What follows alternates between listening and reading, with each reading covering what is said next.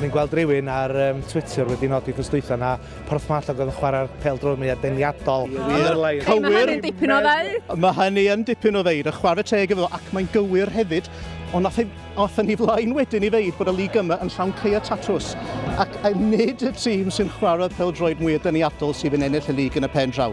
Felly gawn ni weld. Os gen ti'n cael tatws yma heno? Na, gwrs, gen i'n cael go iawn, so bydd y golwg i port. Gawn ni weld. You know, it's a strong league. It's a strong league. And the good thing about it is that everyone's so close to each other. It's real competitive. It's a derby every other week. It's a battle, it is, and everyone's coming here wanting to take a scalp.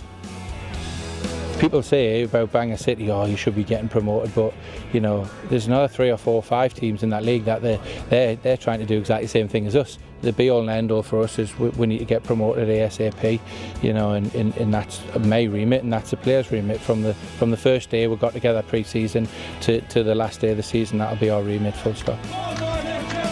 We've obviously started strongly, but so have Bangor, and they're the ones that will step the stall out early, I'm sure, here tonight. But we've got confidence, as I said, we've built momentum, so hopefully tonight we can get a good result and put on a good performance. I've seen a couple of these really trendy shirts around tonight. What's the story?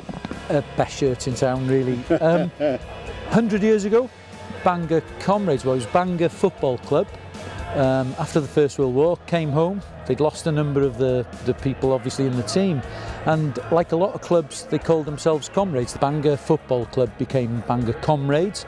After that it was Bangor Athletic when they moved to Farrow Road, and then of course Bangor City as we know it now. And we just thought, since we're back in that North Wales League, we'll kind of try and embrace that and celebrate the idea that we're back in the Cymru Alliance as it is, as it was then 100 years ago. And we won it as well. Bangor Comrades won that league 100 years ago, so we're hoping that we win it this year and we get back in the Welsh Prem. Mae hon yn gêm anferth ni, na eith underdogs, hein di'r clwb mowr yn y Gynghrair, a fe pawb isio rhoi un dros Bangor, dwi'n meddwl. Ti'n dweud na chi Porthmadog ydy'r underdogs, ond ydych chi'n mynd yn rhy ddrwg? Mae o di arwyddo Jay Gibbs, a mae pawb yn mwyn a fod y pishin ola. Achos da ni wedi bod yn cael traffael canol cae, mae o'n cican yn y gyd, a fel arfer smwyngaeth da, mae o'n codyn o gyd. Ond mae Porth dal ar y blaen ar hyn o bryd? Yndi, ond be oedd cefnogwyr Bangor yn dweud hanner amser oedd, o byddwch chi di blino, ond gynnu ni bainc da, dyna wedi wedi cael garfan cryf. Na fwg mae David Thomas wedi mewn, edrych yn chwarae o'r dag, dechrau tymor, ar y garfan cryf yma. This is the first time that Porthmadog have beaten Bangor since 2006. Wow, I didn't know that, and listening to the fans at the end, they deserved it, you know. And Porth's a good club, it's a big club, and we should be competing week in, week out with the likes of Bangor, in my opinion, so that's where we want to get to. Sean, I know this is a club where you spent many, many special years. What does this feel like today for you?